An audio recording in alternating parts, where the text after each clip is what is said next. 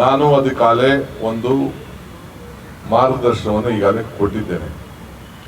BDA ಆಗಲಿ ಯಾವುದೇ corporation site ಆಗಲಿ 5 ವರ್ಷದೊಳಗೆ ಅವರು ಮನೆಯನ್ನ ಕಟ್ಕೊಳ್ಬೇಕು. 5 ವರ್ಷದಲ್ಲಿ ಮನೆ ಕಟ್ಟಲಿಲ್ಲ, ಒಂದು ಸ್ವಚ್ಛತೆಯನ್ನ ಅವತ್ತಿಂದಲೇ ಅವ್ರು ಕಾಪಾಡಬೇಕು. ಒಂದು ಮನೆಯನ್ನ ಕಟ್ಟಲಿಲ್ಲ ಅಂದ್ರೆ ಅದಕ್ಕೆ ಡಬಲ್ ಟ್ಯಾಕ್ಸ್ ಸಿಸ್ಟಮು, ಇಲ್ಲ ಅಂದ್ರೆ ವಾಪಸ್ ಸೈಟ್ ಅನ್ನ ಪಡ್ಕೊಳ್ಳುವಂತ ವ್ಯವಸ್ಥೆಯನ್ನ ಮಾಡಬೇಕಾಗ್ತದೆ.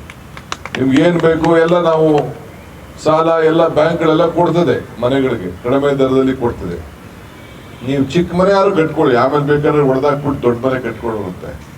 ಆದ್ರೆ ಮನೆನೇ ಕಟ್ತೆ ಖಾಲಿ ಇಟ್ಕೊಂಡು ಬರೀ ಇನ್ವೆಸ್ಟ್ಮೆಂಟ್ ಅಂತ ನೀವು ಇಟ್ಕೊಂಡು ಕೂತ್ಕೊಂಡ್ರೆ ಅದು ನಾವು ಸರ್ಕಾರದವರು ಅಲ್ಲಾಗುವಂತ ಎಲ್ಲ ಅನಾಹುತಗಳಿಗೆ ಸ್ವಚ್ಛತೆಗೆ ನಾವು ಜವಾಬ್ದಾರಿ ಆಗಲಿಕ್ಕೆ ಸಾಧ್ಯ ಇಲ್ಲ. ನಿಮ್ಮ ಆಸ್ತಿ ನೀವು ರಕ್ಷಣೆ ಮಾಡಿಕೊಡ್ಬೇಕು, ರಾಜ್ಯದ ಆಸ್ತಿ ನಾವು ಕಾಪಾಡಬೇಕು. ಇನ್ನೊಂದು ದೊಡ್ಡ ಆಲೋಚನೆ ನನ್ನ ಮುಂದೆ ಇದೆ. ಆಲೋಚನೆ ಹಸಿರದ ಬಗ್ಗೆ ನಾನು ಈಗ ಈ ಒಂದು ಕಾರ್ಯಕ್ರಮದಿಂದ ಅದನ್ನು ನಾನು ಘೋಷಣೆ ಮಾಡೋದಿಲ್ಲ. 100 ದಿನದ ಘೋಷಣೆ ಸಂದರ್ಭದಲ್ಲಿ ನಾನು ಒಂದು ಐತಿಹಾಸಿಕವಾದಂಥ ಹಸಿರದ ಬಗ್ಗೆ ನಾನು ಘೋಷಣೆ ಮಾಡೋನಿದ್ದೇನೆ.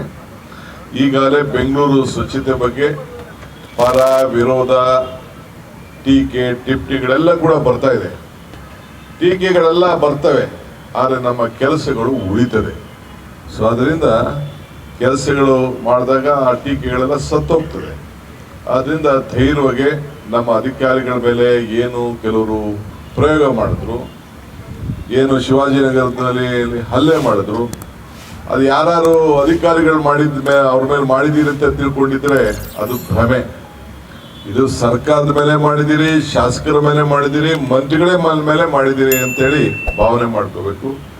ಈ ಗೂಂಡಾಗಿರಿ ಇವಕ್ಕೆಲ್ಲ ಕೂಡ ನಾವು ಎದುರಲಿಕ್ಕೆ ಸಾಧ್ಯ ಇಲ್ಲ.